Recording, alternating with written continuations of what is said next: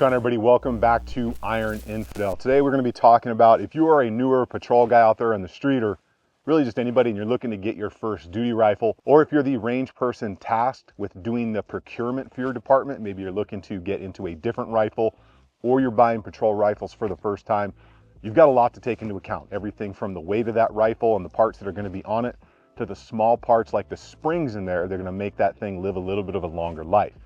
And today we've got a couple of examples here that we're going to talk about as we go through all of the parts that you're going to want to look for. One is the Geisley URGI, and this is set up very much like you'll see on some of your SWAT teams or TAC teams. And then we have this one right here, which is a pretty slim and trim from Blackout Defense. You got a red dot, you got a light, a pressure switch, maybe a barricade stop in case you're leaning into pulling security on something for hours, because on patrol, that's what you're going to end up doing. But we're going to go through these and talk about what you need to look for as far as parts, materials, and of course, name brands you can trust out there in the industry if you just want to buy and not build your own rifles. Now, I know you guys understand that Iron Infidel has everything you need to stay healthy and stay hydrated. From the water bottles, we now have supplements, we've got workout vests, we've got a ton of fitness gear on the website now, and something kind of special, we've got new daggers for EDC, or that can be worn on your gun belt that come with the sheath. From Dagger and Knot, awesome blades made right here in the United States, right out of Colorado. Great people over there. If you are interested in getting a new little toothpick stick to wear on your gun belt, go ahead and check out ironinfidel.com, and always remember, stay healthy and stay hydrated. When we start talking about buying, building, or getting your agency duty rifles, you need to pay attention to the materials because not all rifles are made the same. Let's start off with the bolt here. Now, Carpenter 158 is a big name out there for bolt material. It's awesome stuff. It's going to work on machine guns, select fire, regular patrol rifles that are, semi-auto. It's just a great material. So you need to have something of that or the equivalent that is at least magnetic particle inspected and high pressure tested if possible. Now, when it comes to the carrier material, that can be 8620, 9310. It can be nitride, it can be phosphate. I would stay away from the more exotic coatings. A hard, thin chrome line is good. But when you start adding coatings, you can add problems. Another coating on the bolt that's really popular is nitride. Now, nitride is great, it's easy to clean, but if you're gonna get nitrided parts, they need to have been nitrided at the right heat spec, because if that's wrong, it can mess up those metals. So most high-end people that build guns will actually have a certification sheet that lets you know what temperature those bolts were treated at, or barrels, or whatever it is. Now, speaking of barrels and chrome lining or nitriding, choosing a barrel for your rifle is going to be kind of determined by what it's going to be used for. Now, for your teams, SWAT guys out there that are training a lot, say thousands of rounds a month or hundreds of rounds a month, and you're going to be running those select fire from time to time, chrome line is probably going to be the way to go. It's going to give you the longest barrel life, because even if you're running things moderately hard out there, you're going to burn through nitride treated barrels a little bit faster, probably at least by half. So nitrided barrels can last a long time, but they are definitely going to last about half the time as a chrome line barrel. Now, for patrol rifles that aren't seeing that heavy volume of fire, you can definitely get away with nitriding, and it's far cheaper than a chrome lined barrel. Now, let's talk about some of the small parts on these rifles, because oftentimes this is where companies will try to cheap out. Everything from your safety selector, the materials that barrel's made out of in the safety selector, the springs, things like that.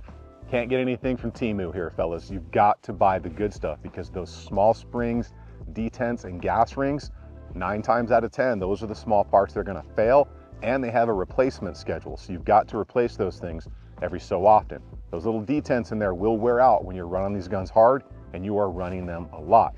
And that leads us into mounts for your optics, your lights, your pressure pads.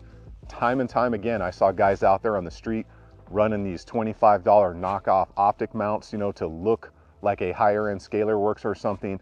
And time again, I saw those mounts fail, whether the screws stripped out, the locking mechanism wasn't tight enough on the pick rail. When you're buying a mount, expect to spend a little bit of money. Don't cheap out on these, because it will cost you money in the end, whether it's that part failing or your round not hitting its intended target.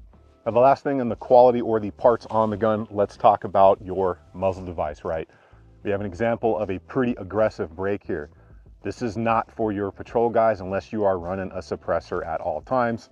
Think of your friends and the people around you. You do not want to be eating the concussion from a muzzle device like that unless you are running that thing with a suppressor full time, which many agencies are starting to provide due to hearing loss claims for officers out there. But if you do not run a suppressor, you need to find something that's a little bit less aggressive than a brake, maybe a hybrid design. But remember, people to the left and right of you, when you're training or shooting this thing out there, you can blow their eardrums out, especially if they don't have their ear pro on, which is pretty regular if you're in a law enforcement capacity.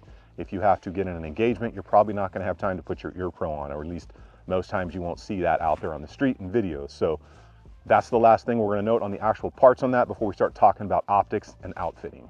All right, so optics and the distance capability of your rifle, which means you need to know your skill level. Just because you throw an LPVO or a 2-10 Leupold on there, that does not mean your skill level is at that point, or even a magnifier to take longer, more accurate shots. So knowing your capabilities is primary, but you also have to determine your environment. Are you in longer distances? You work in the county with hundreds and hundreds of yards and hayfields everywhere.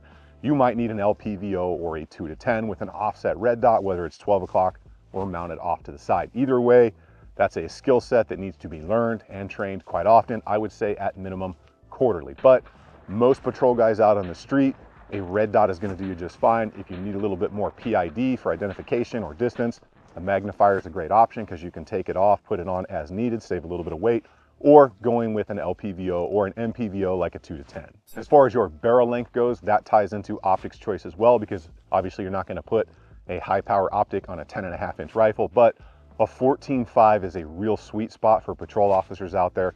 Little less weight, little less length. You can get really good distance out of that with the terminal ballistics on a 5.56, as long as it's duty grade ammunition.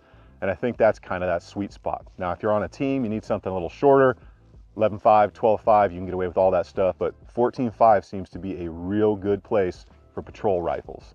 Well, let's talk weight with all the add-ons. So as you can see, my URGI here, this is much more set up like what you'd see on a kind of nicer team. You've got your EOTech, you've got flip up, you've got a PEC 15, pressure pads, lights, a suppressor, RC3 SOCOM. So this has a ton of stuff on it. This gets very heavy, and trust me, if you have ever been on a perimeter as a patrol guy or even a supervisor, you could be there for hours. So having this thing in the ready position, low ready, high ready, it's gonna get super heavy, super fast. So we've effectively taken a 6-pound, 10-ounce rifle and made it about 12 pounds. So that's why rifles that are set up like that are generally on teams, or some kind of response team, SRT, SWAT, whatever. And then this is more like what you should probably have out there on patrol. Really good red dot, really good light, and a just solid rifle. So this is going to be a lot easier on you, your low back, your arms, and your shoulders to sit out there. I know as a supervisor, I had my patrol guys sit on perimeter positions for multiple hours, 3, 4, 5 hours, because we ran out of relief. You do not want to be the person out there with a 12-pound gun on a perimeter position for 6 hours. Trust me, it just sucks. So to wrap that up, don't look like the day one private out there, right? Where you got the monopod on the butt stock, you've got that forward grip with the bipod that comes out, and all kinds of different things that are just weighting you down. Only put the pieces you actually need and regularly use on a rifle. It's just gonna make your life easier and cheaper. And that's from whether you buy your rifle yourself or whether the department is outfitting your rifle for you. As far as brands to look at, whether you wanna build from parts or just buy rifles off the shelf, there's a lot of good brands out there. You can get BCM, you can get Knights, you can get Geisley, you can get Blackout Defense, Cobalt Kinetics. The new Aero Pro rifles are really nice, and they're kind of a sweet spot in price.